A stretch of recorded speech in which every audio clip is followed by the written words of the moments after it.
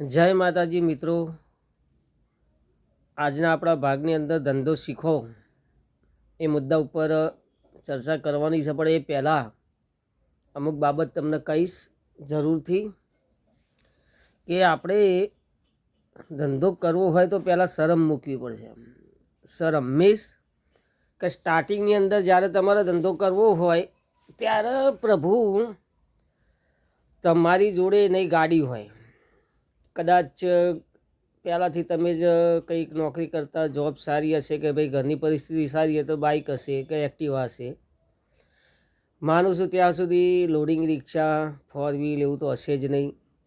નોકરી કદાચ જતી રહી હોય અને કંઈ ના હોય ને તમે એમ નોકરીથી કંટાળ્યા હોય તો ભાઈ કે ધંધો કરવો છે તો ધંધામાં પહેલું શું કરવું પડે? પહેલી શરમ મૂકી અને કોઈ પણ સારો વ્યક્તિ હોય જે ધંધો કરતો હોય એનું થોડું માર્ગદર્શન લેવું. એની હવે જે પહેલાંથી જ જે ધંધો કરતો હશે, જે જામી ગયો હશે, એનું થોડું એટીટ્યૂડ હશે, પણ આપણે સહન કરવાનું. ધંધાનો પહેલો નિયમ સહન કરવું. જેટલી સહન શક્તિ એટલો જ ધંધો તમારો મોટો. પછી કે હું આ ના કરી શકું, ના કરી કે આ શરમ આવ તો ધંધો કરી શકશો નહીં.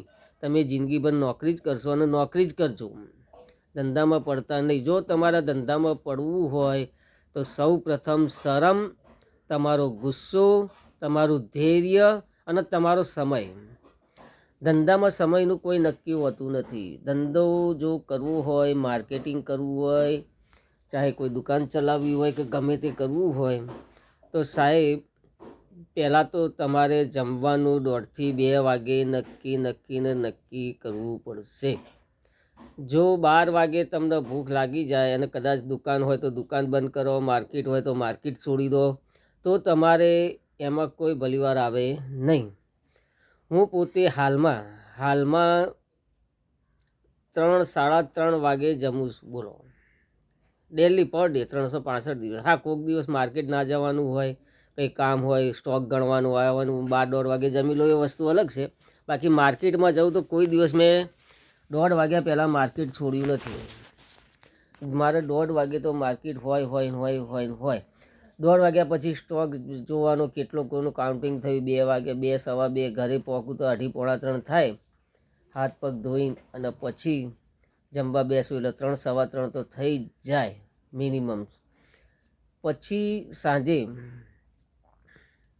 સમજી લો કે જે પણ તમે ઓર્ડર લઈને આવ્યા હોય એ ઓર્ડરનો સ્ટોક કાઢી રેડી રાખીને એને મૂકી દેવાનું અને પછી બીજા દિવસે સવારમાં નવો ઓર્ડર લેવાનો અને એનું બપોર પછી ડિસ્પેચ કરી દેવાનું. તમારે કદાચ સમજણ ના પડી હોય તો ફરીથી કહું કે સમજી લો હું 3:30 વાગે ઘરે આવ્યો, આજના ઓર્ડર લીધા, તો આજના જ હું જો માલ આપવા જઈશ તો આજના જ તો કોઈ માલ લઈ લેશે નહીં કે ભાઈ હમણાં ઓર્ડર લઈને આવ્યા અત્યારે માલ લઈને આવી ગયા.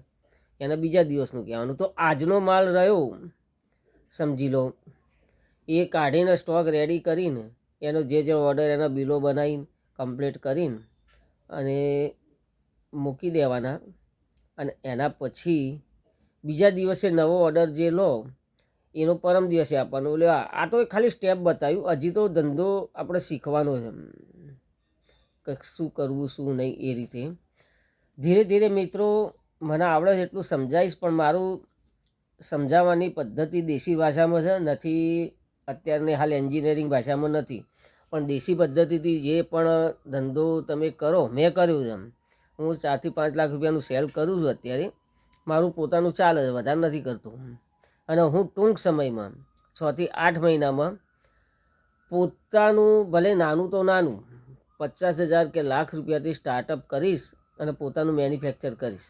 અને 2026 આવી રહ્યું છે અને 2028ની અંદર હું મારું પોતાનું મેન્યુફેક્ચરનો 3 થી 4 લાખ રૂપિયાનો ધંધો કરતો હું તમને બતાવીશ. પણ એ ક્યારે? જ્યારે આપણામાં ધૈર્ય અને મહેનત, ધંધાની પાછળ કે ભાઈ આ મારું જ છે, મારે જ કરવાનું છે, બીજું કોઈ કરવાનું નથી, બસ આ જ ધ્યેય હોય તમારું તો દરેક પૂર્ણ થાય.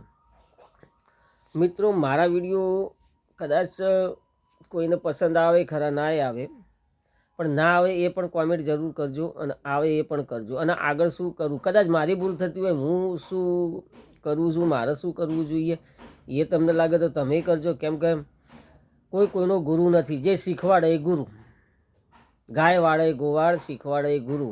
અને જ્ઞાન જરૂરી છે, ગમે ત્યાંથી મળે લઈ લેવું જોઈએ. એટલે મિત્રો આજનો આ વિડીયો આટલો મૂકું છું, બીજો આવતા નેક્સ્ટ રાઉન્ડમાં મૂકીશ. મિત્રો વિડીયો સારો લાગે તો લાઇક, શેર, કોમેન્ટ અને સબસ્ક્રાઈબ જરૂર કરજો. જય માતાજી, જય ભવાની, હર હર મહાદેવ, જય શ્રી રામ.